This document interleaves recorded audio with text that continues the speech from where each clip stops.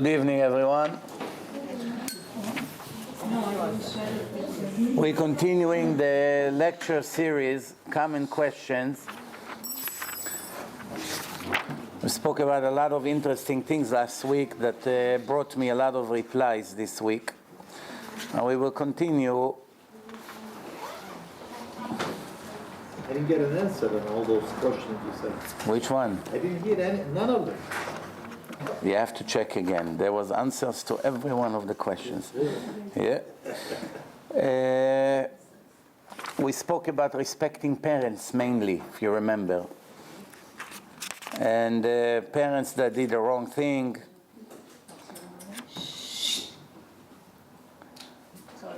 And the lecture started, in case you didn't realize.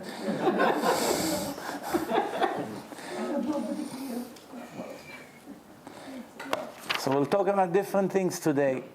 My father is asking me to buy him cigarettes, smokes. We already spoke in the past that cigarettes, smoking, it's a sin from the Torah. Anything that brings health issues to the body of a person, even though body, it's body. They cannot compare the body to the soul, but without the body, the soul in this world is also worthless. The soul needs a place to live in. If the body is not healthy, it's actually damaging the purpose of the life of that person in this earth. When HaKadosh Baruch Hu sent the neshama, the soul, to this world, the neshama cannot function in this world without the body. Therefore, the body must stay healthy. When the body is not healthy, it affects the neshama directly, right away. It affects the body, the neshama directly, the soul, which the soul actually is not able to fulfill the mission in life. A person is laying in bed, he has a surgery, he has to spend 3-4 months laying in a hospital, he's unable to do what Hashem is expecting him to do. What caused him to end up in a hospital or in a surgery or all kinds of things that we see all the time is his lack of attention, that he actually neglected his body and he did not take care of his health. He did not do activity. Certain things today we know based on science that we did not know 40, 50 years ago. 40 or 50 years ago, not everyone knew that cigarettes kill. Actually, some of the people thought it's healthy, it helps digestion, the stomach. Until today, we find many people smokes inside the bathroom, thinking it helping to, to clean the body from the waste. Even if it's true, even if it does help, it causes 80-something other diseases. What's the point of helping you in something that it's not so significant and causing so many other damages? One of the sicknesses that it causes, without any doubt, everybody agree, it's cancer, mainly to the lung. And cancer to the lung kills a person. It's not something you can get cured from. Therefore, cigarettes kill. If a father asks his son to go and get it, the question is the son is allowed to get it for his father or not? Technically, before we ask about going and getting him a pack of cigarettes, let's say the father is asking him to hand him a cigarette from his own pack. You have a pack of cigarettes, and your father is asking you to give him one cigarette to hand it to his hand. Is it allowed or not? If this is not allowed, it still doesn't mean that to buy him a pack of cigarettes is the same answer. It's two different things. Why? Giving it directly to his hand, or buying a pack of cigarettes and putting it on the table and he takes it, and he takes the cigarette from there, it's not the same level of sin. Handing him the poison directly to his hand, or putting it on the table and he chooses to take, it's two different things. You know he's going to use it. Yeah, I know you know that he's going to use it, but you did not give it to him. But it goes one step further. If you won't go and get him the cigarette, there's any doubt that he's going to go himself and get it? He's going to do it anyway. So here, this is becoming a very problematic question. Some will say it's absolutely not allowed. But there is other opinions. There's other opinions that the damage of the cigarettes It's a collective damage. It's not a direct damage that he smokes the cigarette and right away, in the last 5 minutes, you can see the damage that was caused to his body. If you add 40 years of smoking, yes, it's overall a huge damage. But this cigarette, what impression it made on his life? It's like someone who's losing hair. Every day he finds in a sink another 20, 30 hairs. But from 100,000 hairs, 10 in a sink, did not make him more bald today. Nobody really see the difference. But overall, if he adds up what happened in the last 3 years, then he has no hair left. But this particular damage, if this person had to sue the person who pulled 10 hairs from his head, would he bother suing him? But if he takes all the hair from his head and made him in one shot bald, of course he would sue him. Oh, you just ruined my beauty. Or the other way around. Sometimes it adds to the beauty. Depends. Today it's in fashion. In Israel, all the people that have hair, they shave their head now. You know. So the answer is, the ones who are allowed, of course it's not recommended, and it's in a nice way. The only problem is why there is one opinion that allows it, because not doing it is actually not respecting your father. It's one way or the other. It's either a sin or a mitzvah. That's why it's a problematic question. Because if it's allowed, by not doing it, you're actually violating a sin from the Torah, an obligation from the Torah. But if it's a restriction, then you're not violating anything. Why is it not different than Chinu Shabbat? If you know, he tells you get something, which is not Chinu Shabbat, but you know he's going to do something Chilul with it. No, that's a completely different thing. Cigarette is only one thing to do with that. It's something negative. When you get him something that he can be mechalel Shabbat with that, there's still no guarantee. He can use it on Sunday, he can use it, or he can use it for something that it's helping. Even if he tells you, get me a hammer on Shabbat. You know, hammer, with hammer, yeah, you can use it for nuts. You know, but if he tells you to bring him muktzeh, something you're not allowed to move, then of course you're not allowed. My parents is asking me to do something for them while I'm sitting and learning Torah. The Gemara is open. My father is asking me, go get me something from the car. But I'm in the middle of learning, which is the highest mitzvah right now. Am I obligated to listen to him or no? Yes. Yes. Nobody else can do it. Good answer. If there is someone else to do it, then he's not obligated. But if there's no one else to do it, then that's called mitzvah overet. Mitzvah שאינה יכולה להיעשות על ידי אחרים, mitzvah that cannot be done by others. It's definitely something that he has to put on hold, put the learning on hold, and then do it and come back to the learning. If he can add extra minutes to the learning, let's say he was planning to learn 1 hour, and it took him 10 minutes to do what his father asked, and he comes back, if he can add the 10 minutes, then he did not lose anything. He still did his hour, and he did the mitzvah. If he cannot do it today, it's still helping to add it tomorrow to the learning. Like for instance, if he has chevruta every night from 8 to 10, and he had a wedding of his brother or something, and he had today not to learn, if he can add these 2 hours every day, 10 minutes extra to the learning, he won't really feel the difference. Eventually he covers for the 2 hours. This is the right way. This is how a person shows that he was forced not to learn, but he's not giving up the learning. He's making it up in a different way. Next question. A kid that was born from rape. A woman was raped. She did not want to do an abortion, because abortion is a murder. And, eventually a kid was born. Does he have to respect the father? No. Yes. You didn't expect this one coming, huh? No. It happens in life, believe it or not. Yes. It happens. Who asked this question? He has to respect. The answer, no. If the father became a Baal Tshuva, yes. And if he's not, doesn't matter, must it? If not, based on the answer here, he doesn't have to. But I have a question. We spoke last week that the obligation to respect the parents, even though it's debatable, it's questionable, if you have to respect parents that are not keeping Torah or mitzvot. But the halacha, the normal halacha today, that the answer is yes. As long as it doesn't come on the expense of the Torah and the mitzvot, or they do not ask you to do anything against Hashem, then you have the obligation to listen to those kind of parents. But on the other hand, according to the opinion that parents that don't keep Torah mitzvot, you don't owe them any respect, then there's no questions here. Then you don't have to respect this father also. If he made tshuva, then you have an obligation to respect him. The question is, why does he say, I saw your hand in the first minute. If I ignored it, get the point.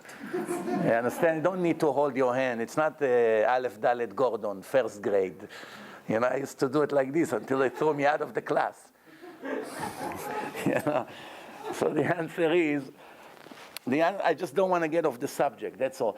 So the answer is, now if the father did not do tshuva, still his father. This father that did it, is it count for him mitzvat pru'urvu? You need to have a boy and a girl in order for you to have mitzvat pru'urvu. If this father already had his girl, and now he raped a woman, and now he had a boy from this rape. So now he has a daughter, and now he has a son. Even though it's from two different women, he still have a daughter and a son. The question is, does it count for him in Shamayim mitzvat pru'urvu? It's the first mitzvah in Taryag mitzvot. In the 613 mitzvot, does it count or no? So the original answer that every Jew that knows how to learn answer is mitzvah haba be'avera ena mitzvah. Mitzvah that comes through a sin is not a mitzvah. However, you have to know one more thing. This rule that mitzvah that came through a sin is not count as mitzvah. It's only if the mitzvah and the sin collides in the same second. Ba'idna. But if the mitzvah is now and the avera is later, or the avera is now or the mitzvah is later, then one does not cancel the other. Now when he did the crime, that's the crime today. When the mitzvah begins, when the boy will be born in 9 months. Right now, he's a big criminal. He may even die for what he did. Before that son will be born. But eventually, if he stayed alive and the son was born, he has mitzvah to do brit milah. He's obligated to circumcise this baby, which means this baby goes after him. And if one day this father dies and this is the only son he has, he gets it from the Torah, everything that this father has. He has the right, he comes to Beit Din, and he proves. Today it's easy to prove with DNA, but in the old days it was very difficult to prove because no one even knows that he has any connection to these men. Now imagine someone say, oh, you know what? My mother told me that my father is this guy after he made that crime. In the old days, there's no way to prove. Today, they can force him. DNA, it's not a proof in a Jewish court because we go what the Torah told us. However, DNA can be used like leverage. It can be used to put pressure on a person to confess. In other words, if DNA doesn't lie, even though it's not true, I spoke to my judge friend in San Diego about a new Israeli invention that there's a way to modify the DNA. You can basically put innocent people in prison by faking DNA, believe it or not. It's already an invention. So I asked him, what would you do as a judge? Right now he's sending people for life in prison. He's a judge in a criminal court in San Diego. You're sending people, but most of the conviction is based on DNA today. When this Israeli invention will become popular, it's going to be everywhere now, how are you going to be able to use DNA?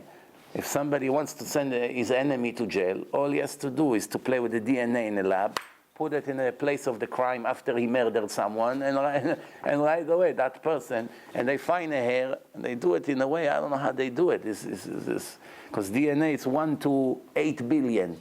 The chance that it will be mistake in a DNA, I once read, is 1 to 8 billion, and the whole world doesn't have 8 billion people. So there's really no chance to make mistake.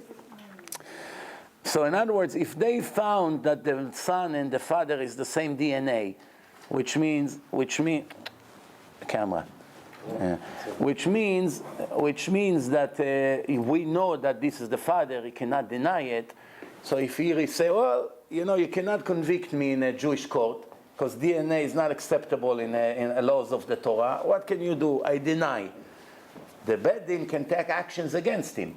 So, okay, we will announce you're not allowed in any shul. No one is allowed to do business with you. They have power. You can even put him in jail. They cannot actually convict him, but they can make his life Gehenom. Therefore, it's still significant. So in a case like this, if the son is born later on, then it counts, the mitzvah came 9 months after the sin, so it's counted as pru'urvu. The only thing we have to understand, why he doesn't have to respect his father. After all, this father is not worse than someone is mechalel Shabbat. Right? What's the punishment of the rapist according to the Torah? Not death penalty. What's the punishment of mechalel Shabbat? Death penalty. Which leads us to believe, based on the punishment, that the punishment of the crime of mechalel Shabbat is a much bigger crime than someone that is a rapist. Even though in our day, if you come and ask an average Israeli, what's worse in your eyes, mechalel Shabbat or a rapist? He's gonna look at you like you're not normal. Are you normal? What are you asking me? You're comparing mechalel Shabbat to this monster? This monster, I would chop his head off myself. Mechalel Shabbat? All my best friends are mechalel Shabbat. What are you talking? We don't care what people think. We care what Hashem think. Always get it to your head. Every day I have questions about mixed marriages. Mixed marriages is the sickness of the generation. Baalei tshuva in the family get caught between what they want to do, between what their parents and the family wants to do. On my way here, one guy spoke to me on the phone that he is very serious Baal tshuva, and his fiancée very serious Baalat tshuva. I know both of them personally, but the family that pays for the wedding are far away from being Baalei tshuva. And they force them to do a mixed wedding. Not mixed dancing. For mixed dancing, he was ready to even cancel the wedding, if that's the case, because he knows it's a horrible crime. But mixed seating, dancing separate, mixed seating, husband and his wife, Like it's like sitting in a restaurant, it's mixed seating, glad kosher restaurant. The only problem with these mixed seating weddings, that is Rav Moshe Feinstein, Zecher Tzadik Livracha, was the chief rabbi of America, perhaps of all time, not only in our generation. And he knew the situation in Lower East Side and in Flatbush and all these areas here with lots of Americans are far away from Torah and mitzvot. And he saw that it creates big fights in the families. So for the sake of peace, he allowed, if there's no other way, to do mixed seating. Not mixed dancing. There's no Orthodox rabbi in the world that allow mixed dancing. There's no such thing. It's a very big crime. Sodom ve'Amorah, Sodom and Gomorrah. But mixed seating, like you said, what's the difference sitting in a wedding? But the problem with this mixed seating, is that how are you gonna cover the women that dance?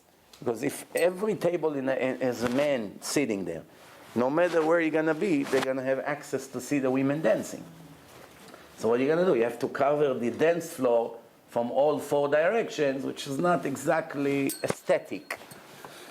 It's possible. I'm not saying it's not possible, but it's already making a lot of problems. I always answer the people, you have to accept a decision. Do you want to make your guest happy, or you want to make HaKadosh Baruch Hu happy? That's the decision.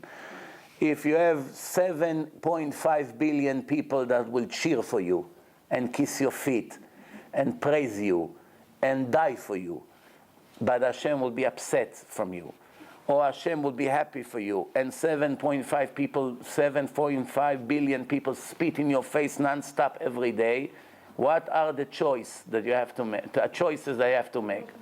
You go with Hashem. Where is the dilemma here? It's hard, yes. It's not convenient, yes. It's disturbing, it's annoying, it's painful, it's sad, whatever you want to call it, you're right. But to make Hashem upset, Chazal writes מוטב לו לאדם להיות שותה. It's better for human being to be שותה. שותה means a complete fool, someone who lost his mind, retarded. It's better for a person to be שותה all his life than 1 hour to be wicked in front of Hashem. 1 hour to be a sinner. A lapse of the moment. Watching a dirty movie. That's how long it takes. An hour and a half, an hour. That hour, it was better to be, those fools on the street that goes with bags, 50 bags, and all the kids follow them, and they pull their things, and they make fun of them, and they throw stones at them, and they tell him, take off your pants, and they do it in the middle of the street. This kind of fools. In a park, they sleep on a bench, they didn't take showers for months, their shirts is full of rips. This kind of fools. 70 years to suffer like this, then 1 hour to be Rasha in front of Hashem. And a mixed wedding, it's not Rasha, it's Mahtia Rabim that has no share to the world to come. It's no joke. Better not to be married. Better to stay single all your life than to make a mixed wedding with 500 guests who dance and kiss each other on a dance floor. Not to talk what happened after. What's the question? Ma? The suffering afterlife for such a tragedy, it's much, much worse than 70 years walking on the street and people laugh at you. But the people don't know. They think it's a joke. Rabbi, today I'll do it. Tomorrow I'll do tshuva. It's not so simple to do tshuva with 500 people who committed sins because of you. It's not so simple. First of all, where are you going to find all the people? Where are you going to find them? And how you're going to bring back the sins. Some sins create new reality. The next question. My father is a prejudiced man. He doesn't want me to marry a Sephardi boy. But I have a very good Sephardi boy that I like. But my father is against it. He doesn't want him. Do I have an obligation to listen to him as part of respecting your parents or no? The answer, your father is telling you to make a big sin from the Torah. When parents tell their children to make sins, they are not allowed to listen to them. Not that they don't have to listen to them. If they listen to them, the kid will get punished and the father will get his punishment. So therefore, if you really love your father, you won't listen to him. Because if he's going to ruin your shidduch, the punishments that he's going to have will be endless. Why? Because Hashem will punish him for every good thing that was supposed to come out of this marriage. The children that didn't come, the big door that was supposed to be born from this marriage, children that will be in yeshivot. And sometimes it reflects that this couple, that the girl or the boy that listened to his parents not marrying the girl or the guy that they wanted, they die single. Who's going to pay for the agony that they had? Who? When these parents come to Shamayim and Hashem say to him, I'm very appreciating that you were keeping Shabbos, that you had a beautiful beard and a nice sombrero. I really like the fact that you were in shul every morning, 7 a.m. I like the fact that you gave your life to eat kosher. Everything is beautiful. But I have to convict you in genocide. So I would say, what? Genocide? I did not kill a bug in my life. I was going according to the Ari. I did not kill mosquitoes. So what genocide? He say, do you see these 5,000 kids in yeshiva? You say, you killed all of them. Me? What? I never seen this yeshiva. He said, those were supposed to be your grandchildren and your grandchildren from the marriage of your daughter, who I prepared for her, a beautiful Sephardi guy, which was a very serious tzaddik. And because you're prejudiced or racist, whatever you want to call it, you messed up my plan. And therefore your daughter died single. And all these beautiful neshamot that was supposed to come to the world in reincarnation, they didn't come to the world as results of your crime. What should I do with you now? Over there he's going to get the point. Over here you get away with that. We don't want this kind, we don't want God. It goes both ways. Doesn't matter, Hasid against these. I know what you're going to say. Well, Rabbi, it's different mentality. It's very hard for us to communicate with this way, and we are not used to this food. This is nonsense. The Torah unites all kinds of Jews. all kind of Jews. The power of the Torah to unite people is a miracle. Plus, it's already a fact that there's a lot of mixed couples from different parts of the world that got married and have fantastic marriage. So therefore, it's also a crime of, it's called sinat chinam. Sinat chinam. What does it mean, sinat chinam? You hate someone for nothing. It's innocent. You saw someone from this country that wasn't a good person. Now you generalize. You don't want anyone from this country. But if you really knew all the people from this country personally in the world, and you would see how wrong you are, you yourself would be embarrassed of your generalizing and putting an X on 200,000 people. So therefore, kids like that they're not allowed to listen when the parents tell them to make a sin from the Torah, and this is definitely a sur d'oraita. Next question, how do I answer my parents when they ask my opinion about something that they did, but my opinion is negative? I don't like what they did. I'm going to have to tell them the truth. They may get upset after they hear what I think about what they did. It's like, for instance, my mother bought a very flashy dress for the wedding. Modest. She's a religious woman. Very, very flashy. It sends sparks all over. It's not, in his eyes, it's very tacky. But his mother asked, "No, how do you like my dress?" So what is he going to tell her? It happens to me once when I was in high school. In Israel, there's all kinds of expressions, but you don't always pay attention to what you say. So when they want to say something is ugly, they say in Israel, it's an Arabic color. So one time I come from school, my mother stands on the street, and this guy Arab is selling, thermosim, the hot trays for the hot water. What do you call it? Thermos, yeah. So I have 3 colors, green, light green, red, and another blue. So she looks at me with the red. She said to me, "What do you think about this?" I said, this is an Arab color. What's wrong with Arab colors? You don't pay attention. So the point is now, what is he going to say to his parents? The answer, not always you have to tell the truth. If it may offend people, how do you like my jacket? No, you don't like it at all. What are you going to say? I don't like it. It's not my taste. What did you gain by that? Well, he got it already. That's it. That's his wedding suit. What are you going to get by that? You're honest. Also, if he paid a lot of money for it, if he bought it from a place that he can return it and he can get it half a price somewhere else, then it's lo ta'amod al dam recha. You tell him, it's a beautiful suit, but I tell you that you can get it for half a price over there and it's not too late. But if it's no refund, then you have to tell him you made a great deal. You don't tell him that it's half a price somewhere else. Why to eat is out? So the answer is, if you know your parents, that they're not sensitive people, they're not making big deal out of every little thing, you can say it by a hint. You tell them, it's nice, but I saw this, already they get the point. Maybe they can return it and get something better. Next thing, respecting my parents, where is the limit? I'm not a little kid anymore. I'm older than 18, but my parents still hit me. Yeah, there are things like that. How long would I have to take this? When tomorrow I'll be 50 and my father comes and hits me, still have to take this?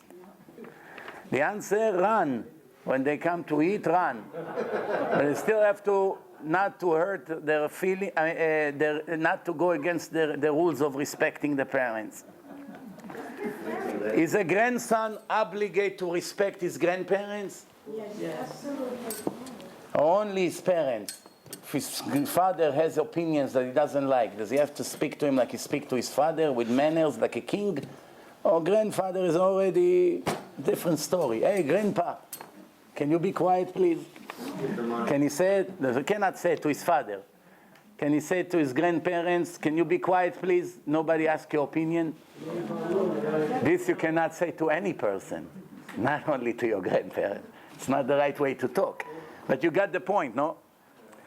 So the point is, the answer, yes. But if there's contradiction between what the parents say to the grandparents, the parents come before the grandparents. Parents comes before. What comes first? Your father-in-law or your grandfather? In respecting them. One wants to do the wedding here, one wants to do the wedding here. You pay for the wedding, not them. But each one wants the wedding to be in different place. Who you should listen to? Your grandpa or your father-in-law?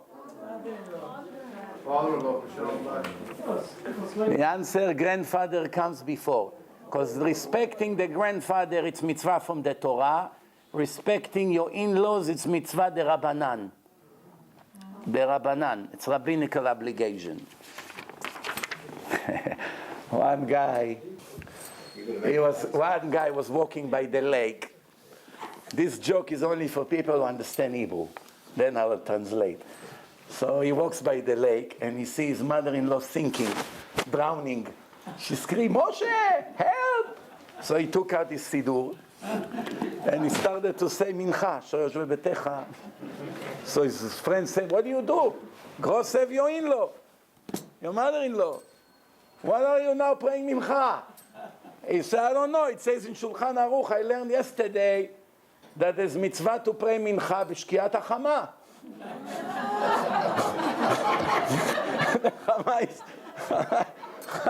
The Chama is thinking, Chama it's also the son. Chama can be mother-in-law, can be the son. That's a good one.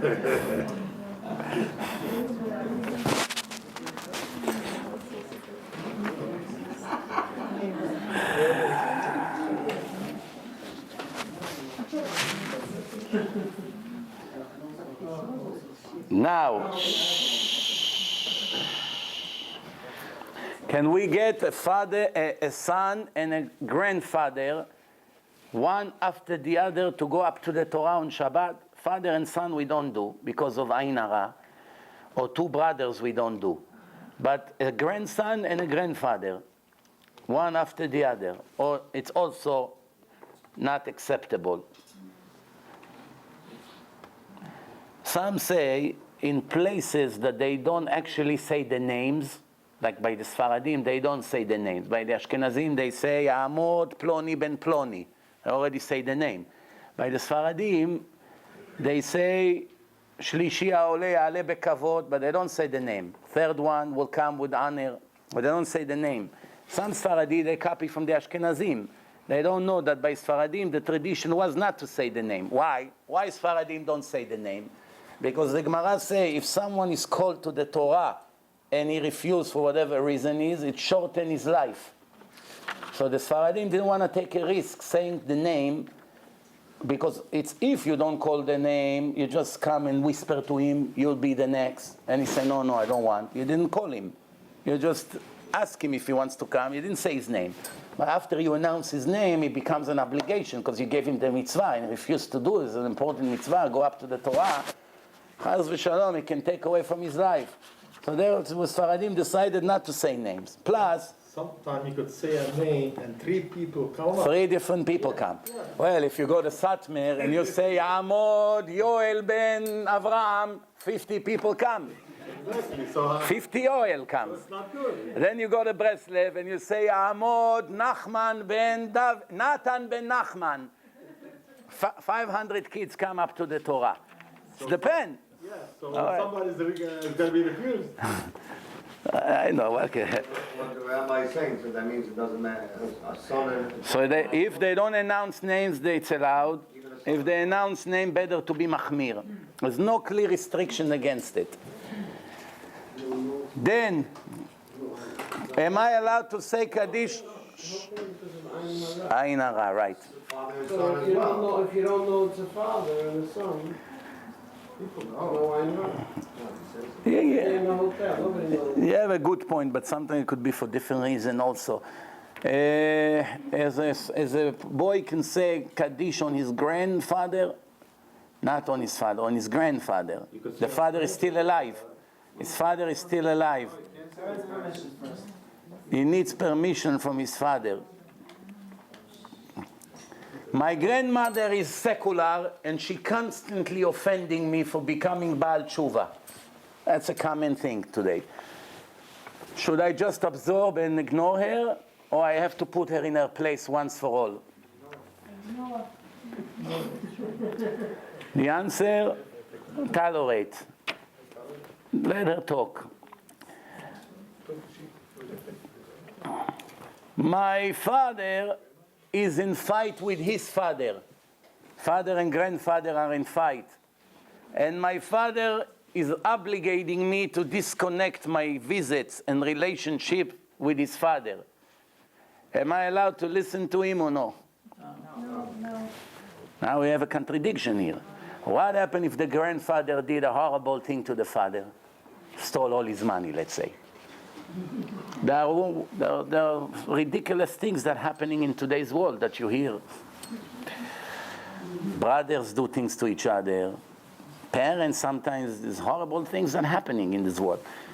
So even though it's rare, it's still possible that it happened. By going with the grandfather and making the father upset, he make a sin from the Torah. Because the obligation to the father comes before to the grandfather. Or sometimes the other way around. Maybe the father did a horrible thing to the grandfather. And now by listening to the father is adding actually more to the problem. First, to hate a Jew, it's a sin to begin with. Before you even talk about your grandfather. Not to talk to him, to ignore him, to hate him in your heart, all kinds of things like this. Needless to say, grandfather. So he's allowed to be in touch with his grandfather behind his father's back, but without him knowing, to hide. And to tell him, hey, grandpa, I'm coming to visit you, I like you, everything, I know you're in a fight with my father. Make sure he doesn't know I'm coming. Because if he will find out, I won't be able to come. And then it's their both interest to keep it as a secret. Like this, no one gets offended. Father thinks he got what he wants. The grandfather get the respect from his grandson that wants to do what Hashem wants. And everyone is happy. My father or grandfather are Mechalelei Shabbat. And their family putting pressure on me to use them as a sandak for my new baby. What should I do? We know the sandak that holds the baby passed from his traits and his blessing or his curse, whatever he has in his hand, he passed it to the baby. So the question is, he doesn't want to offend his father, obviously, but he also cares about his son. It's a contradiction now. What should I do? Give respect to the father as Mechalel Shabbat, and then hurt the future of my son?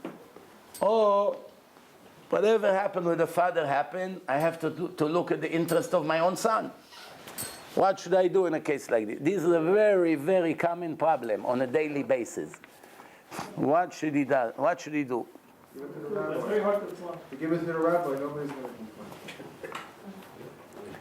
Everybody has. Be surprised. Offend everybody. It'll be a whole war. Give it to the big rabbi.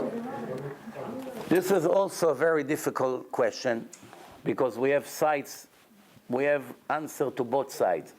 One, by giving him the sandakut, you're making him see the positive side of religion.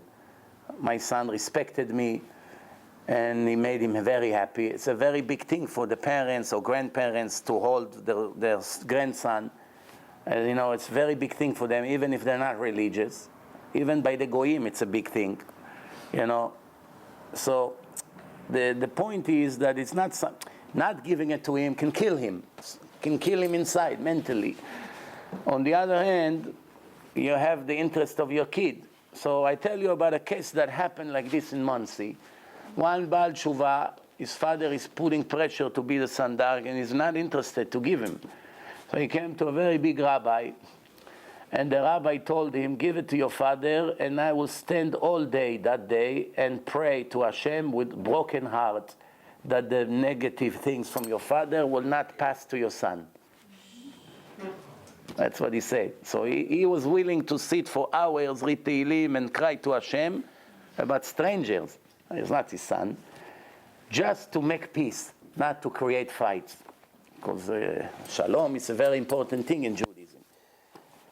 My parents want me to call my son after my grandfather, which was an anti-religious, hater of Hashem, Mechalel Shabbat, etc. What should I do? The answer,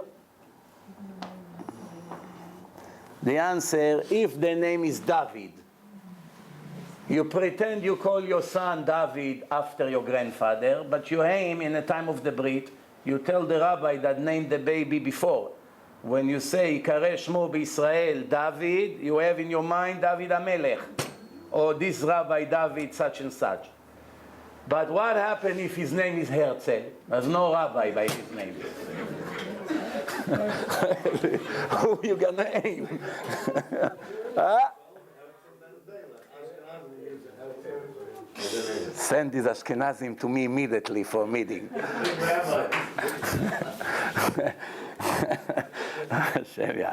You know, when the Persians came from Iran to Israel, almost every family called one of their sons Herzl. They didn't know who Herzl was. They thought Herzl is the Mashiach. They saw he had a very nice beard. They didn't know he has a plan to make all Jews Catholics.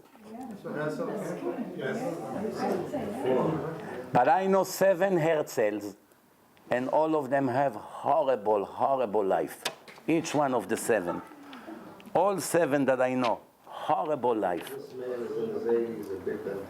No, if you learn Torah, obviously the Torah can say from anything.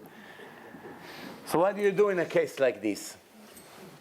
One time I went to a Brit of one of my Baalei Tshuva. Baruch Hashem, it's Baal Tshuva already 15 years since then. That was about 15 years ago. So in the Brit was in a shul of Rabbi Chaimov in Queens. And they let Rabbi Chaimov name the baby. He's holding the wine. And he said, V'yikare Shmo B'Yisrael. And this guy, he comes and say, Eli. Eli. So I see the face of Rabbi Chaimov became a tomato. I'm going to call a Jewish boy Eli now, in a Brit Milah. I'm going to call him Eli later. Add Eli, American name. We need an Hebrew name now. So I see, that's how it was, look. Mamash like this, he's holding the glass. V'yikare Shmo B'Yisrael, Eli, it goes like this. It doesn't come out. Mamash, like 10 seconds like this. V'yikare Shmo B'Yisrael. So this guy say, Eli. Eli. The Ashkenazi Moel was clever, he got the point, and he screamed, V'yikare Shmo B'Yisrael Eliyahu. So the guy started to scream, no, not Eliyahu, Eli. So I, Baruch Hashem, I was there, and he's my student. I said to him, be quiet, you fool.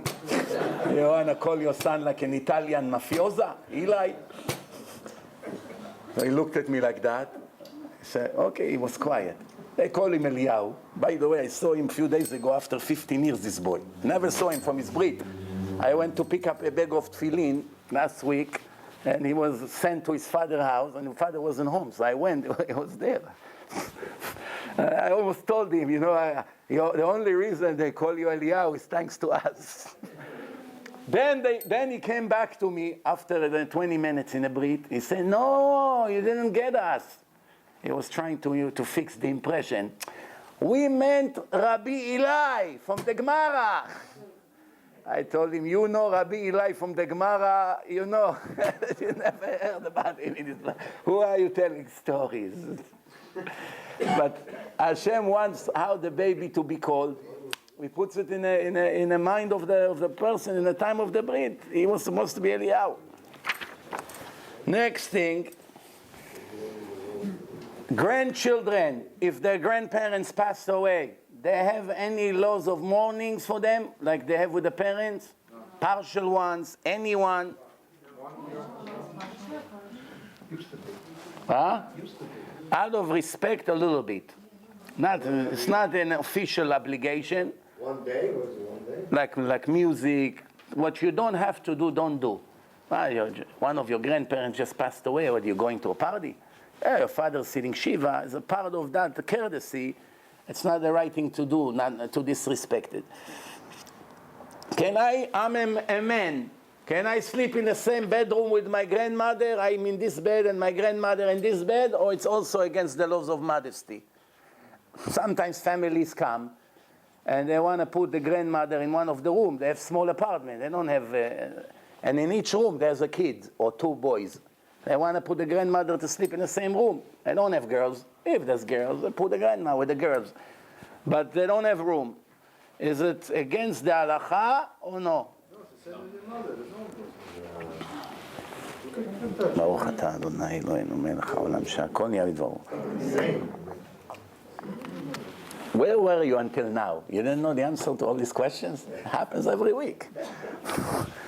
The answer aloud.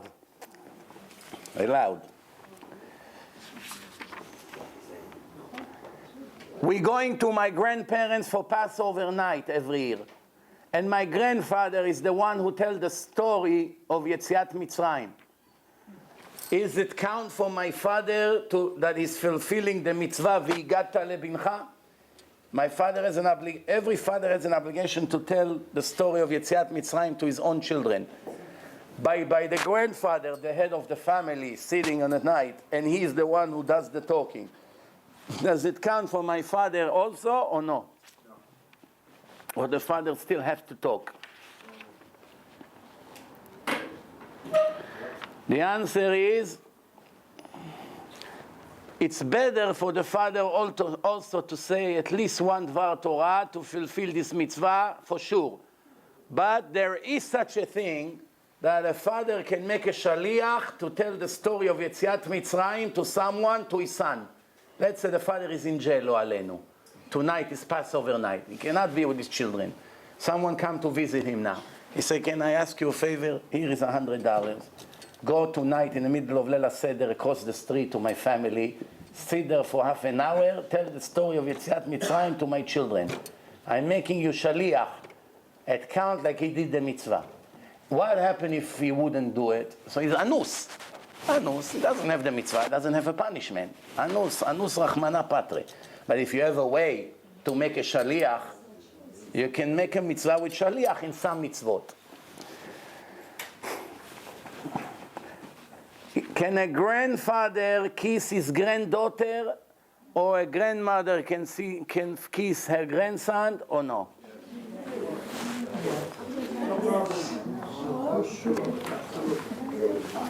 The answer, yes.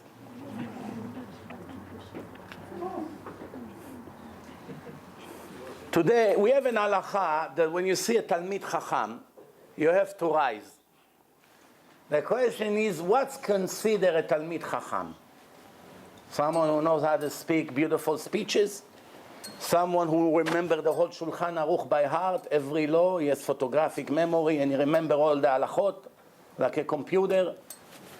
Someone that behaves like a tzaddik, but is not such a huge chacham?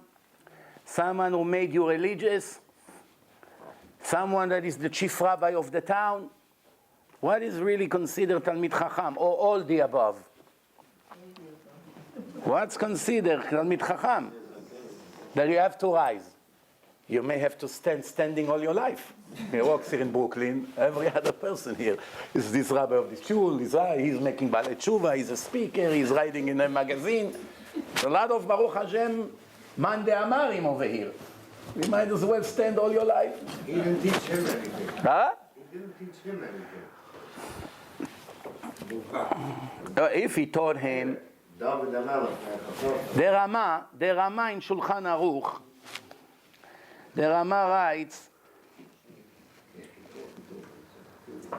everyone that is bigger than you in Torah, that is deserved to be learned, to be taught from, that is able to teach, already falling into this category. But it's not according to all opinion.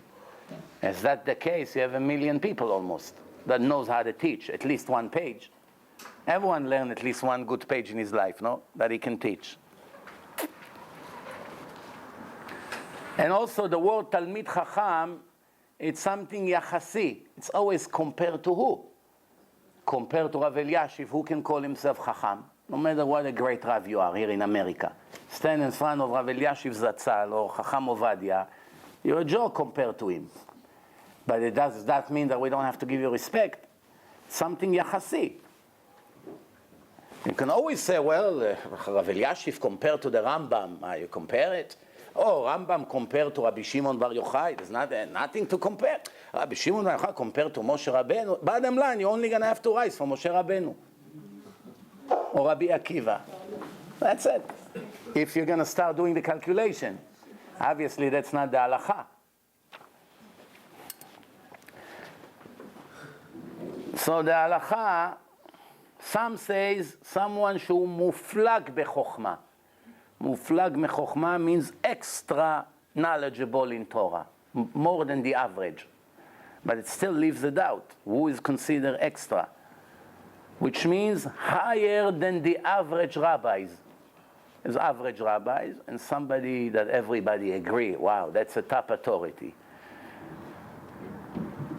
But there's another expression that's called Rabo HaMuvhak, your official rabbi, which you have to give him extra special kavod, respect, more than other ones, even if he's equal to them, or even less than them, which for him, because he's your original personal rabbi.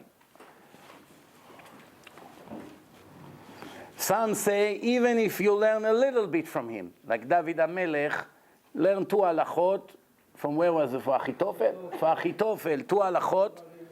Yeah, already told him Alufim, Yehudai, gave him all kinds of compliments. One of the most acceptable opinion is the one who made you Baal Tshuva. He is your official rabbi, even if you're not in touch with him. You owe him your life. You owe him your eternity. You owe him more than you owe your parents. Your parents brought you to this world, the Gemara say, and your rabbi bring you to life of eternity. That's why you owe him a lot more. Unless if your father is also a very big chacham. So today it's very hard to know. Bottom line, everyone that is knowledgeable as someone who knows Torah or teach Torah and people respect him, you give him just respect. Next question.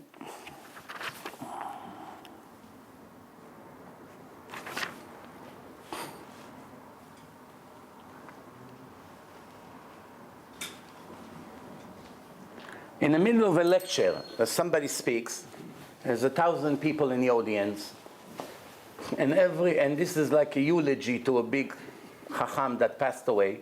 So they invited a lot of rabbis to speak. So as the speaker currently speaking, every 5 minutes another big rabbi enter the place. Everyone rise until he sits. It ruins the lecture. It's disrespect for the dead person, for the eulogy. Imagine how it look. You speak for 2 minutes, 1,000 people rise, moving chairs, noise. Not to talk about big chachamim that they begin to sing. So in a case like this, everyone rise a little bit. Not starting rising and ruining the actual speak, because you have an obligation to respect the speaker. So you move a little bit from the chair, and that's it. Unless if it's Gdol Ador.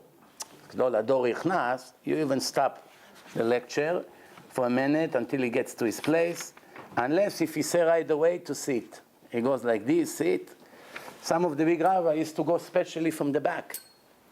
I remember one time there was a story about Rav Yaakov Kaminetsky and Rav Moshe Feinstein, Zecher Tzadikim Livracha, that they came to the convention of Aguda. Now usually they used to come always from like a back door. They ask, where can we come in that nobody pays attention? But one time, they told him, rabbis, you're looking for the back door? He said, no, we're looking for the front door this time. So they asked, so they came in, and all, it was 1,000 people got up in a dinner until they went to sit on the stage. So they asked them after, rabbis usually always come quietly, coming in like a thief, that nobody sees you, because you don't want people to give you kavod. What changed today? So they answer, today, our wives were there. We wanted the wives to see the results of them giving 40 years of their life for us to learn Torah, to make them feel good. You see how these Gdolim think about every detail? When I'm alone, I'm not interested in all this respect. They come quickly, I don't want to disturb anyone. But if the wives were there, it's a different story.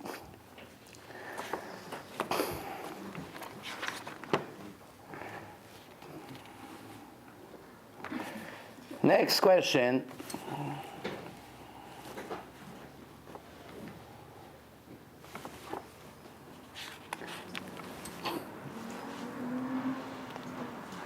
There was a couple without children.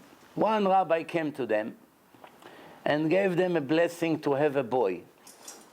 And he asked them, when they have the boy, to send him one slice of bread from the challah of their Brit Milah, of the Brit Milah of the boy. And a year later, they had a boy, but that rabbi in the meantime passed away.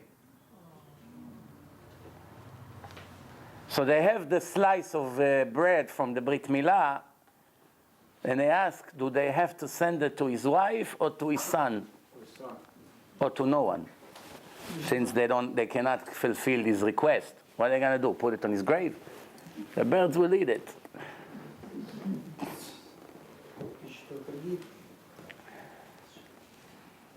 So the first thing comes to mind is we have a rule, ishto kegufo. The wife count like it's him.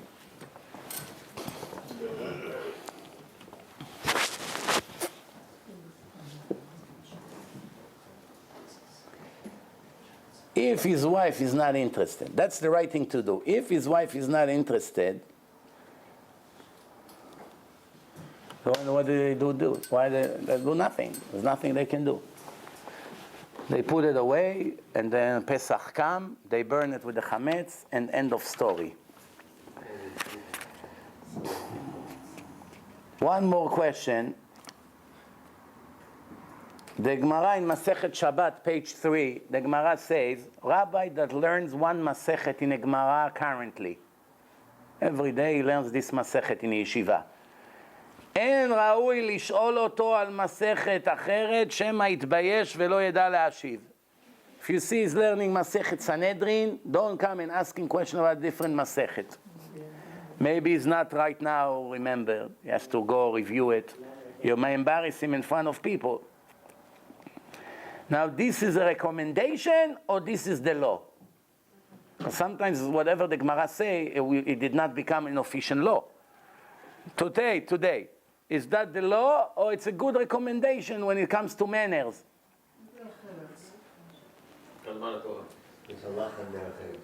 The answer, that's how the Rambam pasak in Ilchot Talmud Torah Dalet Vav. אין שואלים את הרב מעניין אחר, אלא מאותו עניין שהם עסוקים בו, כדי שלא יתבייש. It's הלכה. In that case, today, everybody asks the rabbis everything. In one day, sometimes more than 100 different subjects in one day. So what do we do in that case? So the difference is, today most people ask questions that are not, you don't need a doctorate to answer them. You ask regular questions. Once in a while there's hard questions, I'm not saying no. Most of the questions, a normal Talmid Chacham knows the answer. But when they asked a question from a rabbi 2,000 years ago, everyone was a learner. Everyone in those days were like a chief rabbi of the world today. If he needed to come and ask his rabbi a question in a Masechet, that means it was a question that you need to sit 5 days non-stop until you get the answer. Now you come and asking him something about a different Masechet, he's going to have to sit for hours to come up with the answer. You don't do such thing. If he's learning the subject right now, I tell you a story. One time, Rav Shach, in the middle of the learning in Ponovich, he came down to the yeshiva. Usually he didn't come when everyone learns. He didn't want to disturb the learning. He walked in between, and he came to one guy. There was nothing special in yeshiva. He didn't consider like the star of the yeshiva. And he came to him and he said to him, Shimon, I have a question. All day I'm looking for the answer, and I can't find the answer, and I'm sure you're the one here, the only one that can give me the answer. Where is this Rabbi Akiva Iger, somewhere in a Talmud, that say these words? Avshach told him the words. Where can I find it? I don't remember where is this Rabbi Akiva Iger. This boy, he said, 1 second, Kvod Harav. He got up, he went to the shelf, he pulled the Gemara, he opened it up, and he said, Rabbi, right here. Right here. He said, thank you so much. All day for hours I'm breaking my head. Then after a few hours, he has his helper over there, Schaik, comes to him. He said, what was this show for? Rabbi, you know where this Rabbi Akiva Iger is. You fooled him, but I need an answer here. So he told him, this boy was going on a date with a girl for weeks. And he liked her very much. I was anxious to close the shidduch. In the last day, after it looked like a done deal, she broke his heart. And she canceled the shidduch. So I knew that he's completely broken. He cannot learn, he cannot focus. So today in the morning I asked his chevruta, the one who learns with him, which Gemara you learned recently? So he told him we learned this Gemara with this Rabbi Akiva Iger. So once I knew he cannot go wrong, he just learned it a few hours ago. He knows where it is. So I came and I pretend that I forgot that, because I know the way the religious world is working. When the rumor comes in the streets of Bnei Brak that this Shimon, Rav Shach, Gdol Ador, came to ask him a question in a Gemara, his tax will go from 3 to 1,000. A week later he was engaged to a different girl. And the girl that broke the shidduch, until today she pulled hair by hair from her head. That she missed the Talmid that Rav Shach asked him a question.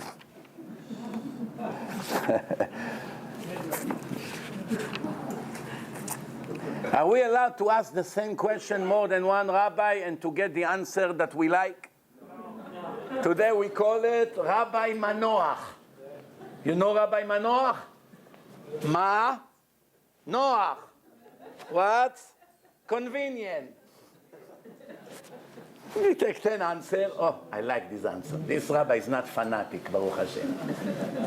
Allowed or not allowed? No.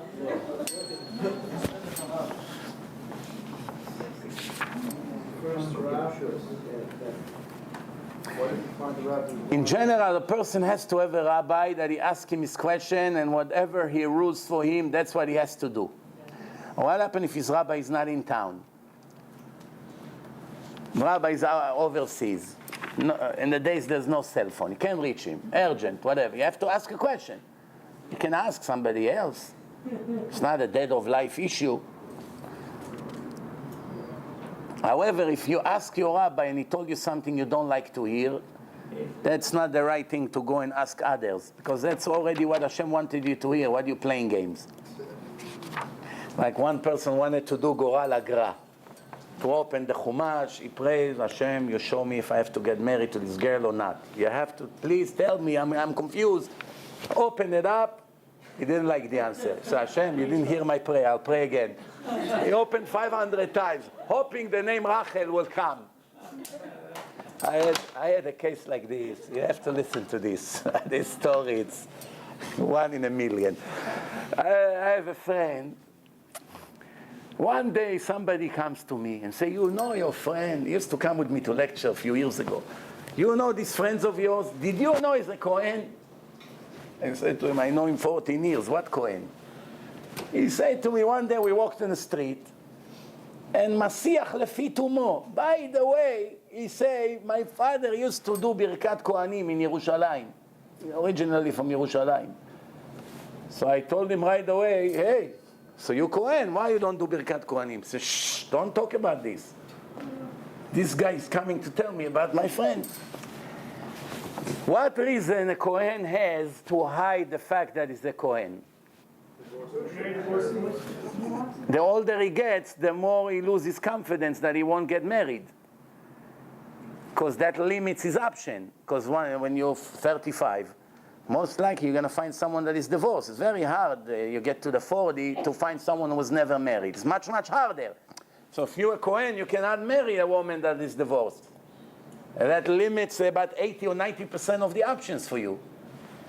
If you don't have emunah strong enough in Hashem, or your desperation, or your agony, or your mental situation overcome your emunah, which happens sometimes, people not strong enough to handle the test.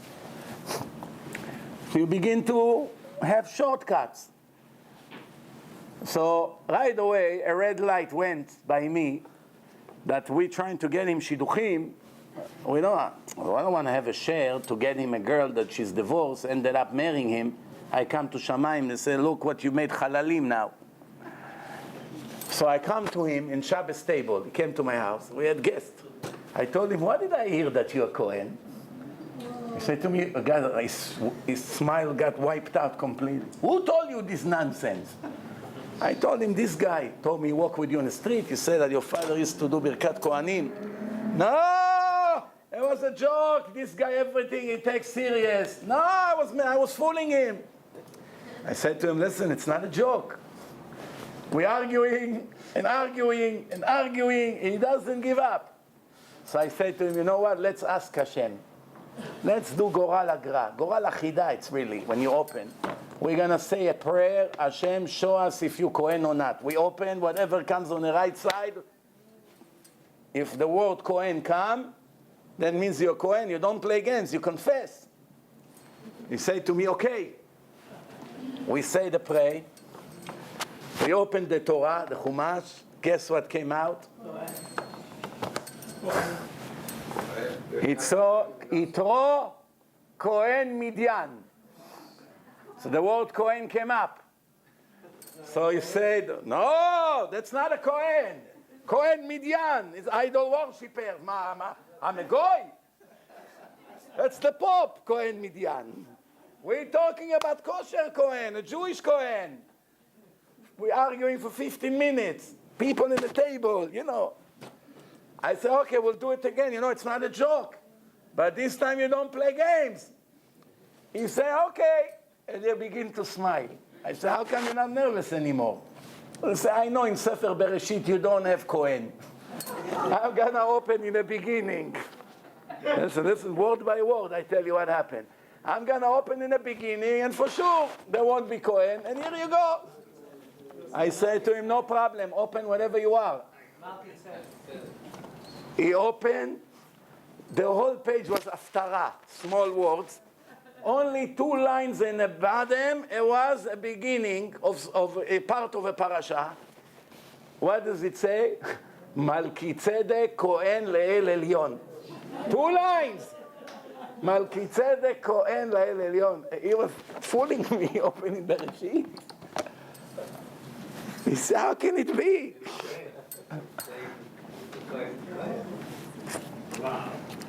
In case you want to know the answer if he became a Kohen or not, he's doing Birkat Kohanim, the answer no. The answer to your second question, if he got married since then or not, is also no.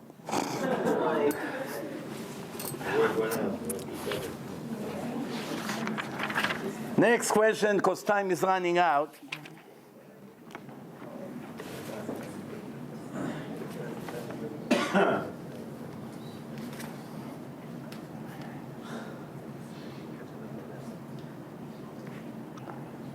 What is the official job of a rabbi? Today it's everything. Psychologist, psychiatrist, driver, video guy, mediator, business arbitrator, anything you want today. You know, shlom bayit, teaching, Baruch Hashem, shatchan, doctor, stockbroker, accountant. But what's the official job of a rabbi? Huh? I wanted to ruffle the lottery. The answer, to get donations. It's a good thing there are people who are still laughing. Baruch Hashem. The answer to teach Torah, to answer questions, and to help people, to do chesed. Everything else is not an obligation to the tithe. Just like you don't come to your accountant and ask him to drive you to places as a part of his job. You pay him to do your tax return, whatever. You don't say, well, since I just gave you $1,000 for my tax work, how about you give me a ride home, including a price? That's not working this way. Count the blocks. Blocks. Stop being a count. Am I allowed to ask a rabbi a question knowing that I'm worried about what he's going to answer and I know I'm not going to listen to his answers? So it's better not to ask because it makes it worse asking and not listening to what he said. That's the right thing to do. So it's better to play dumb, not to ask questions like this I don't have to do, or it doesn't really make a difference. You are obligated to do the truth with or without the answer of the rabbi. And if your rabbi went to Japan for a month, so now you don't have to do the mitzvah for 1 month because he's not around. If you know that's what needs to be done, you have to do it. Even if you suspect that that's what needs to be done, you still have to do it. You go and you clarify your doubt. The answer in question of halacha doesn't matter with or without what he say, you must do it. Now we are talking about advice. Advice. You want to buy this house or you want to buy this house? It's no halacha here. Both of them in the same street. You're just asking him to give you an advice as a holy person, which one should be better for you, the way he knows you, the way he knows things, he's in a community. So you want him to give you like a blessing, buy this house. You want it to come from his mouth. I had an uncle, alav shalom. He came to Rabbi Zion Abba Shaul, Zecher Tzadik Livracha, and he lived in Ramle, next to the airport.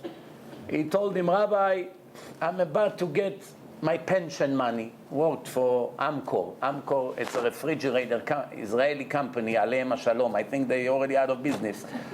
So Amcor, it's refrigerators. He worked all his life for this factory since he's a teenager. So now he goes on pension. He's about to get big amount of money for all the years that he worked. So he comes to him and he said to him, Rabbi, should I buy an apartment in Yerushalayim, but I'm going to have to take half of the value of the apartment, a mortgage? Or I should buy an apartment in Ramle, because I live in rent right now. I can buy an apartment in Ramle and I don't have a mortgage. So Rabbi Zion Abba Shaul told him, when you have the money in your hand, then you come again and then ask me the question. He got very nervous. He thought the rabbi see that he's not going to get his pension money. Why, Rabbi, you see something? So he said to him, no. When you will have the money officially in your hand, then this question will become reality. Right now it's hypothetically speaking. When it will become official reality, Hashem will show me the right answer. Right now I cannot see. You understand? We learn a big thing from this answer.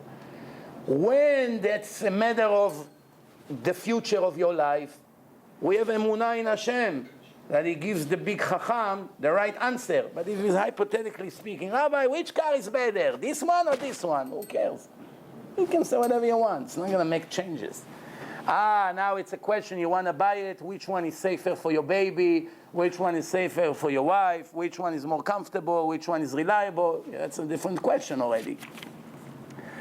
Next question.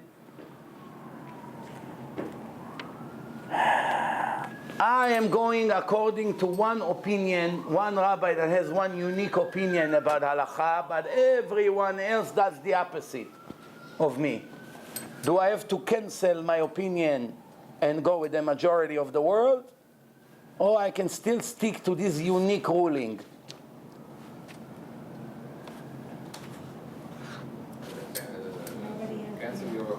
I give you an example. The Chazon Ish, Zecher Tzadik Livracha, was a giant Talmid Chacham. And the Chazon Ish has a unique ruling about Shabbos, Ilchot Shabbat, that if you turn the switch on Shabbat, besides the fact that he makes the light, the electric, it's like lighting, mavir, it's also a restriction of boneh. In Shabbat, you're not allowed to do construction, to build anything. By turning the switch on, you're closing a square that was right now open, a circuit. So you're closing it, which actually is building something.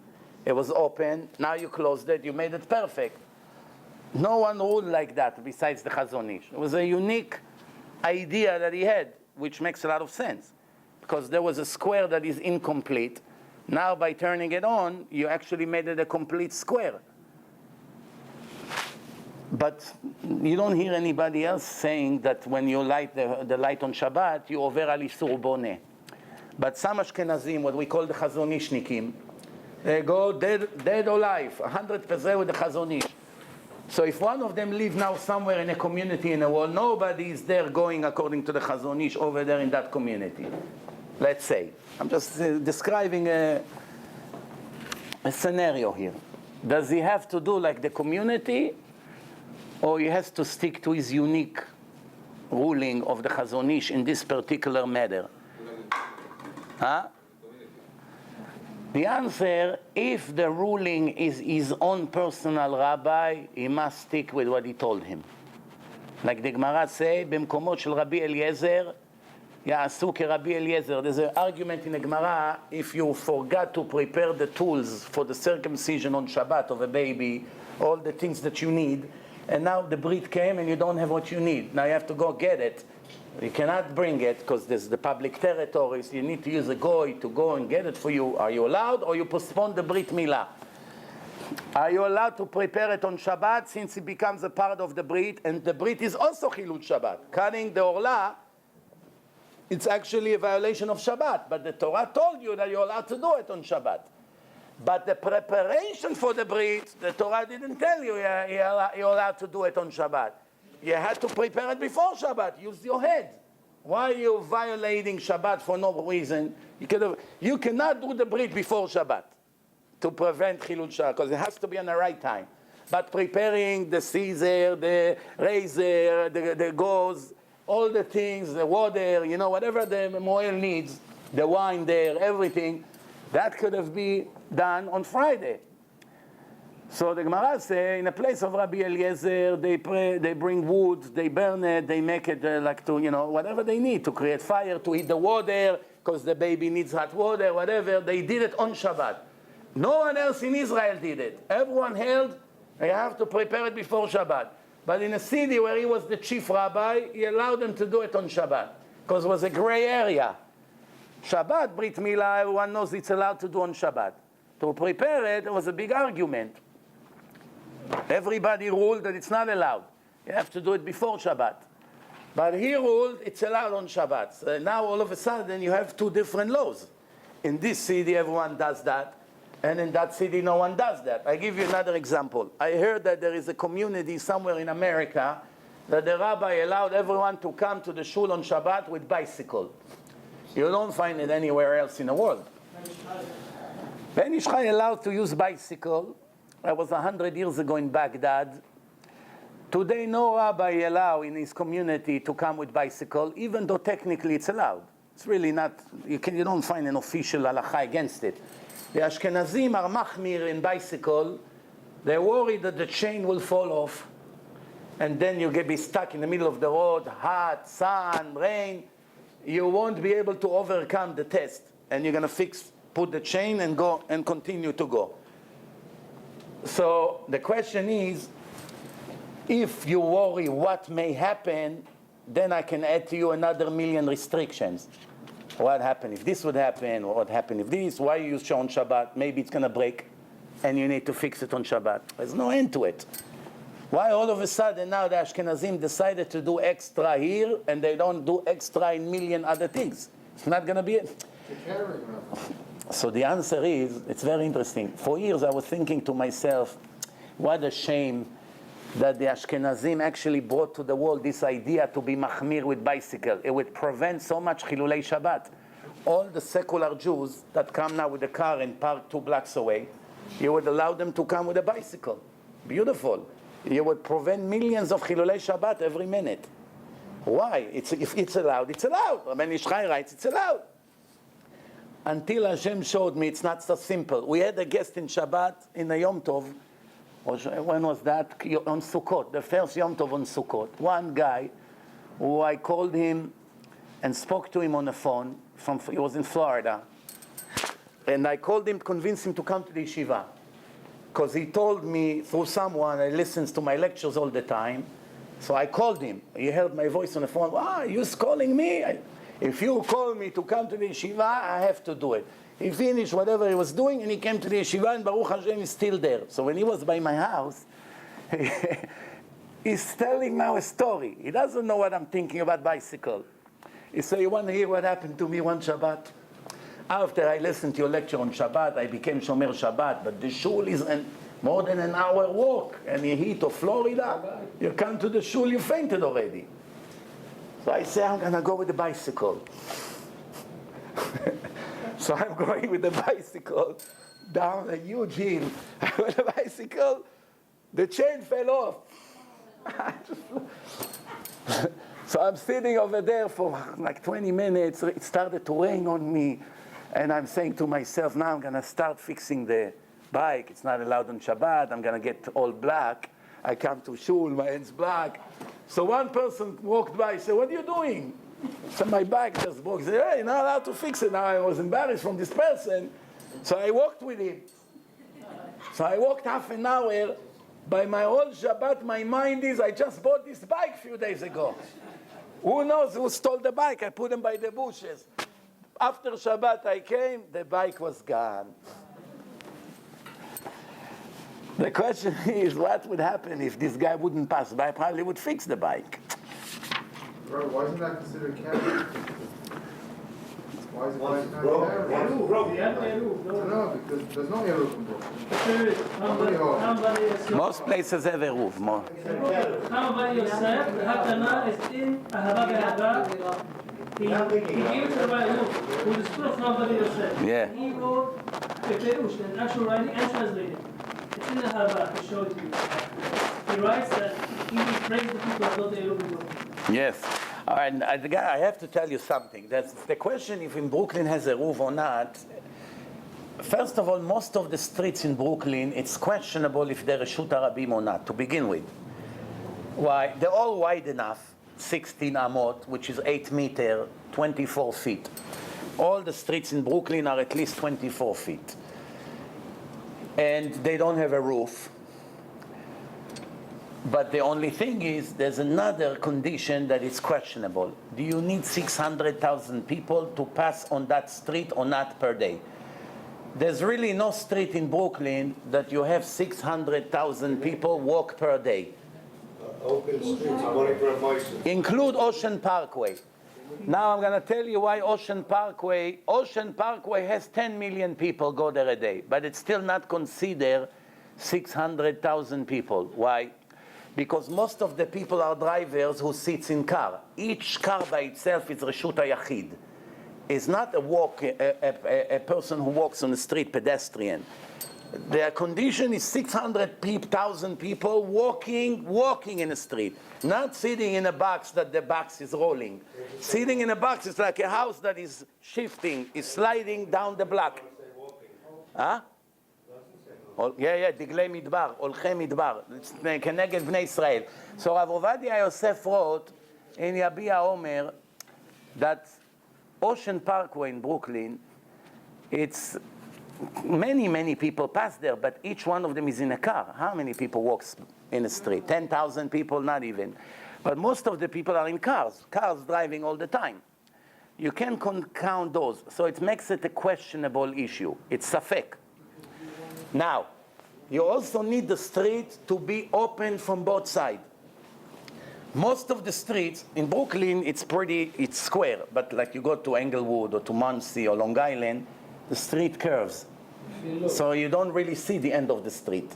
What you see, it's a house because it's turning and then it turns again and there's up the hill, down the hill. You don't really see. It's not like you stand in Ocean Park where you can see it's endless, it's going straight, but there's no 600,000 people. So by making the Eruv of the Ashkenazim with a string, you surround the entire area with a stripe going from one stick to another, tying to buildings, and it covering the entire area. Now you're falling into the machloket of Rabbi Yosef Karo and the Rama. What's considered Eruv? You really need a wall to surround the area, or it's enough that you pull the string and the string covers the area. So it's a 50-50 machloket. We don't know. When Mashiach came, we know who was right. The Rama was a big chacham. Rabbi Yosef Karo was a big chacham. So it's safek. The second safek is if you need 600,000 people or not. It's a safek. It's also safek. Some poskim say if there's no 600,000, there's no Reshut HaRabim. Some say even without it, it's Reshut HaRabim. So you have two sfekot. Chacham Ovadia is known that whenever there was sfeka, two doubts, it makes it originally, immediately allowed to begin with, lechatchila. However, he wrote, Bishat Adchak, don't start carrying nonsense on Shabbat. If you really need, like, to move the baby, or something, or for Brit Milah, or for Shul, or your glasses to read in Shul, things that you need for the sake of Shabbat, he say you can count on a sfeka. Safek if Rama is right, or Rabbi Yosef Karo is right. And the second safek if you need 600,000 people. And if the street is not opened completely, which means it's curving, that's already another. That's three sfekot already here. Therefore, for sure. So one doubt from the Torah, you have to go to the strict side. 50-50, you have to go to the strict side. You cannot be lenient. Two doubts make it 75-25. You have the first doubt, 50-50. And on the 50, you also have a doubt. So you cut it to 25-25. So it's 75% chance that it's allowed, 25% that is not allowed. And the Torah say you always follow the majority.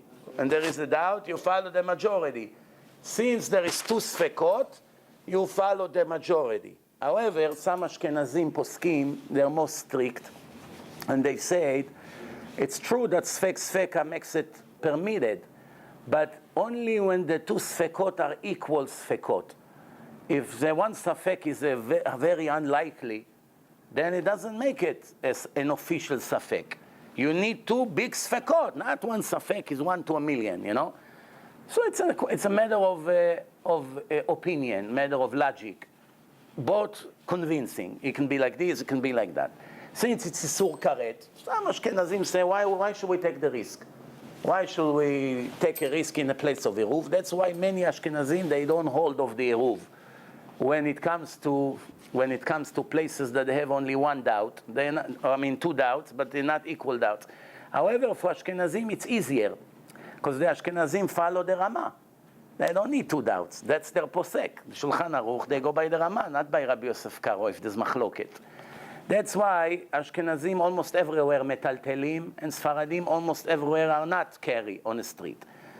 The question is if a Sfaradi can call a little Ashkenazi girl or a guy to be metaltel for them the stroller on Shabbat, where there is an Ashkenazi Eruv. The Ashkenazim carry to begin with. They walk Shabbat with the stroller everywhere. But Sfaradi also wants to take his baby to go to his in-laws. But he can't. He's not holding from this Eruv. He wants to call the little girl, can you come push the stroller for us? Use her like a goy shel Shabbat. To call a goy to do it, we have an halacha, you're not allowed to tell the goy to do restriction for you on Shabbat. But where does it say you're not allowed to tell a Jew not to do something that he's allowed? You're not allowed. I'll give you an example. If you accepted Shabbat 1 hour before the time, Shabbat begins at 8, you start Shabbat 7. You go to daven mincha 6:45. For you 7, you already say Lecha Dodi. So you finish now, you Shabbat. But Shabbat officially will start in an hour when it's going to get dark. And then you forgot something. Oh, I forgot to shut the light in my bedroom. How am I going to sleep tonight? So you run quickly. Hey, Mr. Leibovitz, do me a favor. Go to my house. Go into this room. You're going to see the light is on. Please shut it. For Mr. Leibovitz, you just came from work. Shabbat is an extra hour. He has time now to take a shower, to go to the mikveh, to get ready. He has time. He didn't accept Shabbat. Are you allowed to tell him? Absolutely. You're not telling him to do a restriction. And the restriction not to tell a goy to do melachot for you, it's only to a goy because Chazal made this decree. But Chazal never made a decree not to tell a Jew to do something for you if he's permitted. I'll give you an example. There is muktzeh in Shabbat. It's called muktzeh michamat chisron kis. Something that is very valuable to the owner of it. That since it's so valuable, he did not plan to use it on Shabbat. He's hiding it. He used it only on a very special occasion. And therefore, he took it out of his mind and he cannot use it on Shabbat because it's muktzeh. However, Mr. Billionaire came to his house, that this thing for him, if he see it on the street, he does not bend down to pick it up. For the poor guy, it's very precious. So it's chisron kis. It's something very valuable. So he takes it once in a blue moon and uses it. But the rich guy, what is it for him? He has hundreds like these on the floor in his backyard. He doesn't care. So for the rich guy, if he moves it on Shabbat, it's no sin. For the poor guy, it's something very big. He doesn't use it only in special occasions. But for the rich guy, it's nothing. The question is, can he tell the rich guy, bring it and put it over here? For him, it's no sin.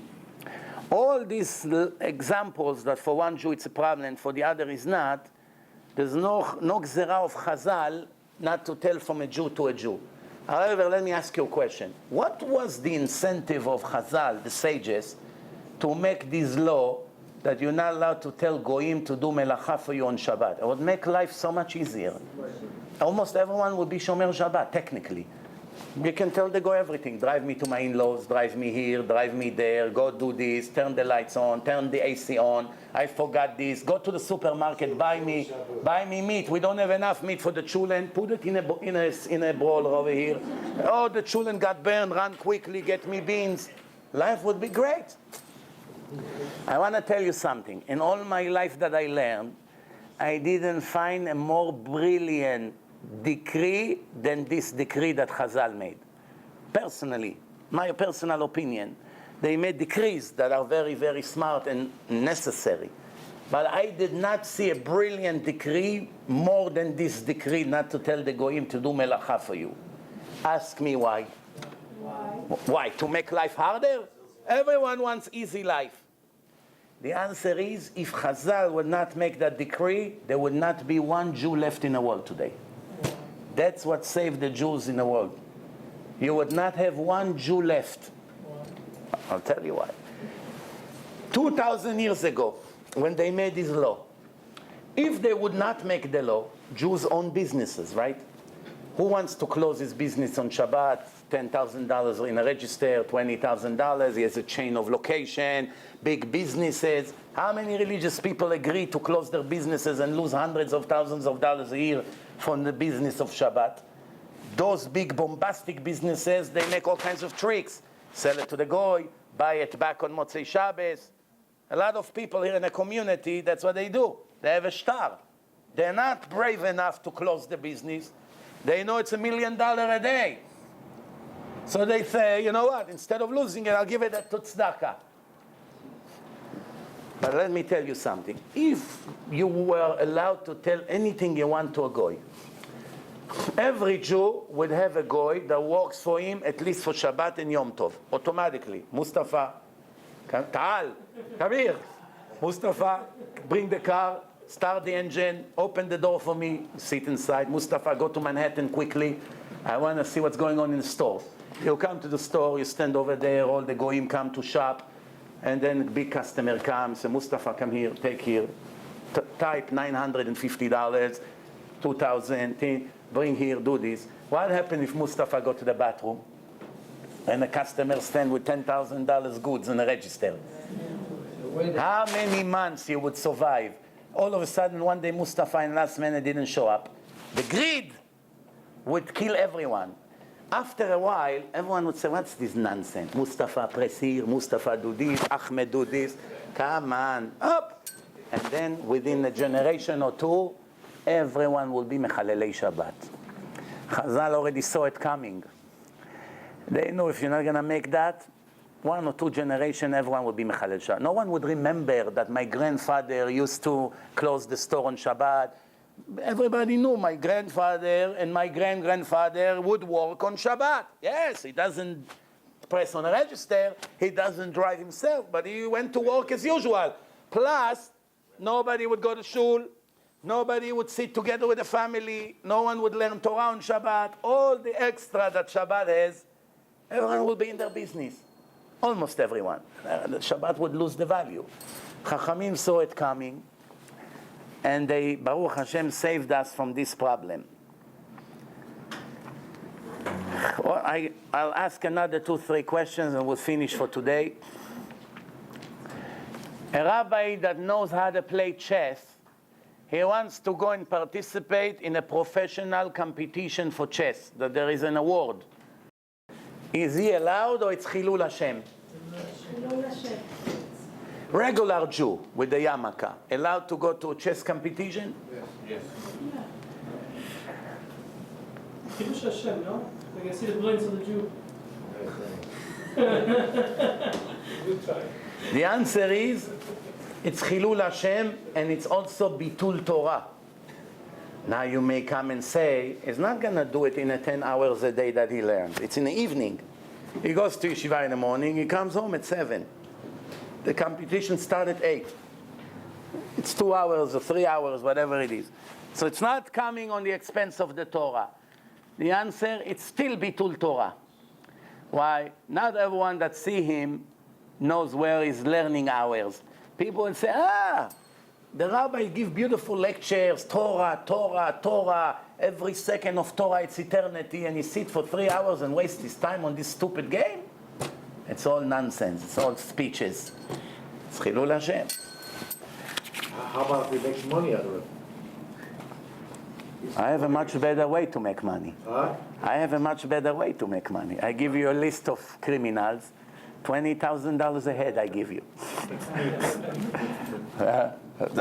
What about the money? Not everything justifies making money. Next question. When I speak to my rabbi on the phone, do I have to rise out of respect even though he doesn't see it? No. Only when he's in front of me. Speak high I'll tell you a story. Rav Shlomo Zalman Auerbach, Gdol Ador, Zecher Tzadik Livracha in Israel, before he passed away, when he called to speak in Torah with Rav Moshe Feinstein, Zecher Tzadik Livracha, he was rising. He was standing. I asked him, Rabbi, why you stand? Sit, you're not a young man. He said, I'm speaking to Gdol Ador in the world or in America, and I'm going to sit just like this, out of his respect. When Rav Shimon Schwab, also from Monsi, Zecher Tzadik Livracha, even when he was sitting on a wheelchair, because his knees had problems, when he spoke on the phone to Rav Shach, and he was rising right away, even though it was hard for him to stand for a few minutes. Rav Aaron Kotler, Rosh Yeshivat Lakewood, when he spoke to the previous square Rebbe, also he stood. Here are 3 examples. Now, the question is it mandatory? Is this obligation? The answer is no. All the obligation is when he comes in front of you and you rise. Oh, the question is how can you not stand if you speak to such a giant chacham?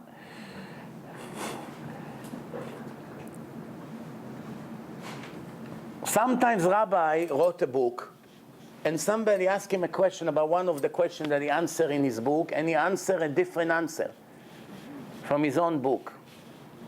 How do we handle such a case? First of all, why it happened? Rabbi's answer based on the mood, how his wife made him the coffee this morning. The answer, what do you think? The answer of the Torah, it's black and white. Depend who asks. If a new Baal Tshuva, 1 week is religious, 1 week, he asks you a question. You don't give him the same answer you give somebody that is 25 years a rabbi already. You have to know, you have to calculate. For you, you have to do. For you, you're not allowed to do. That's what it is. Sometimes there are answers that the rabbi writes in a book because they cannot write otherwise.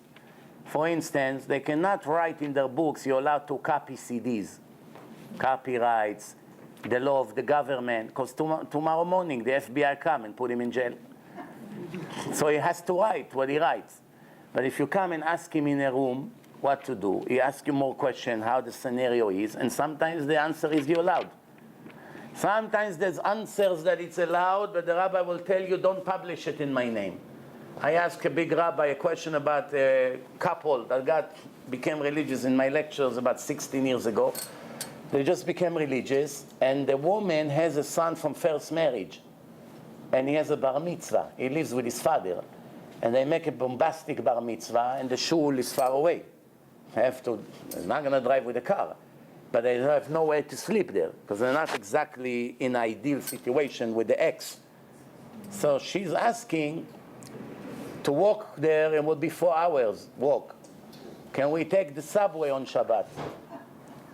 Are you allowed to take the subway on Shabbat? What sin is to take the subway on Shabbat? You don't drive. You don't create any energy. You don't affect the power of the subway. So the only sin, there are 2 sins here. One is carrying the money. Today I think it's magnetic card, but it used to be a token. No money, Metro card. Okay, Metro card. Today it's a Metro card. In the old days it used to be a token. Last time I took a train, there was a coin. So you have to take the token, okay? Which means some people can make a necklace. Like in Israel, they put the key with a necklace. Oh, every day, all week. I remember kids used to come to my school. Their mother used to put the key on their neck because they knew they're going to lose it. So a lot of the kids had the key. So now you walk with that all week. You're allowed to walk with that on Shabbat. So that's really the main sin here on taking the subway. And the second sin, it's called maritime. It's reputation. What? You're a religious Jew, you take the subway on Shabbat? But there are ways around it. What if you come on Friday and take a token, put it inside, and turn it? You pay the subway 1 day in advance. In the old days, I don't know, I haven't been in a subway more than 20 years, but in the old days, you could sneak in. There was a revolving door, but there was a way to jump above, like a I don't know how it is today. But and back when the question was relevant, there was a way to up and quit and jump in. If the cab doesn't change, they usually don't catch you. They're busy with their phone calls. So the question now, if nobody see a yarmulke, he has a baseball hat, and a woman, she dressed, nobody knows that she's religious, and they sneak in, but they put the money inside in advance. Or somehow they make a chain with the token. When they get there, they put it in, and that's it. So in that case, if they'll do that, they're actually not violating any rule. Now, if a person asks you this question, and he's 20 years religious, everybody would say, cut the nonsense. You're disturbing me. But when you have a Baal Tshuva 1 week, and you tell her not to go to her son bar mitzvah, what will be the outcome? So religion is not for me. She gets in a car, they drive, and who knows today where they would be. So the brilliant Chacham, he told me, tell them they can do it in this way. He gave me an advice what to tell them, but don't ever say it in my name. Still alive, one of Gdolei Ador. Don't ever say it in my name. And I kept my promise. I said that story many times, but I never say his name. Because he told me, don't ever say it in my name. You see? Why? Because he knows it's going to bring him a lot of headache. What? You're allowed to take the subway? What is this? Chilul Shabbat?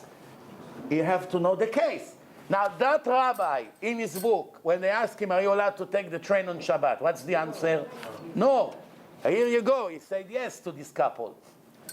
So this is an example how to answer. Rav Eliashiv Zatzal said, Baalei Tshuva, don't ever tell them the extras.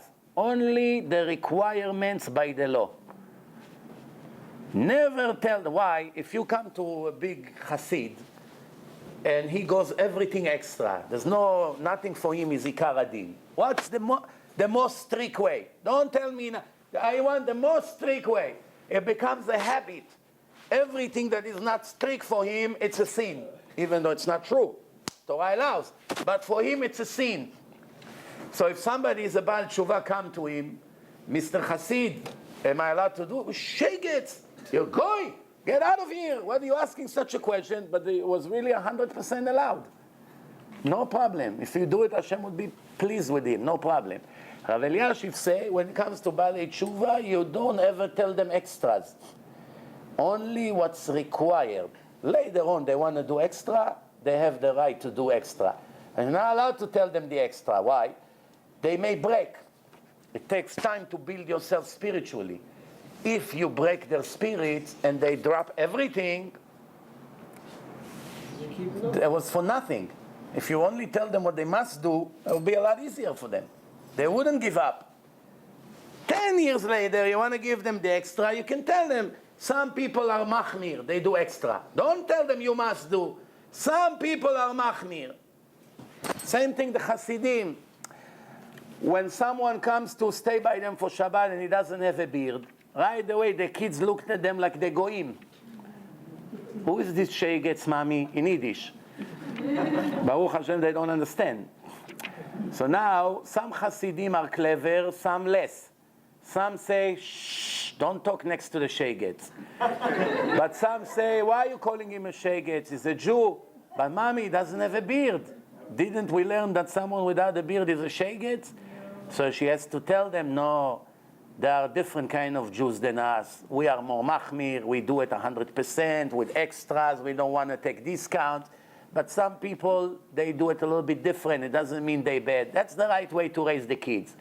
Otherwise, it's sinat chinam. This Hasidic boy will hate an innocent Jew that did no violation. Actually, the opposite, this Jew is in a higher position than him in Shamayim.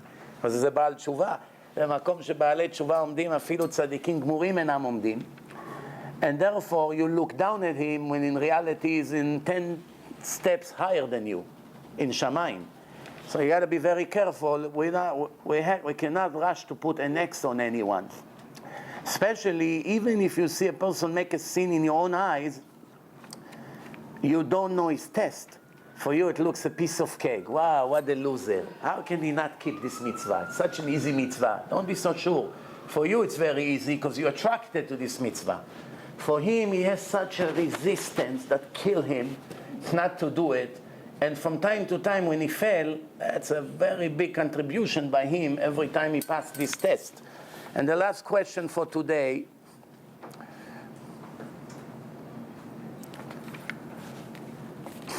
Is an Ashkenazi can make a Sfaradi his rabbi, or the other way around? Or everyone has to keep according to his tradition? In other words, Hasid must have a Hasidish Rebbe. Litvish, Litvish Rebbe. Sfaradi, Sfaradi Rebbe. Yemenite, Yemenite Rebbe.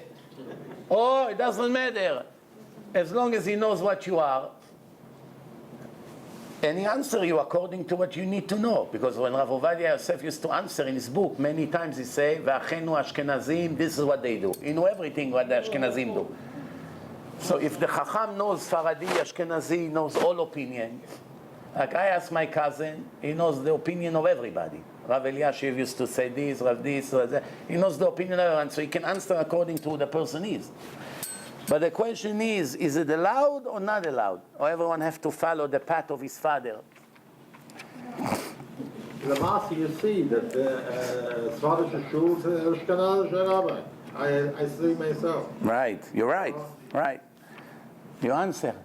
You give. You see, you conclude the lecture. Thank you very much. We'll see you next week.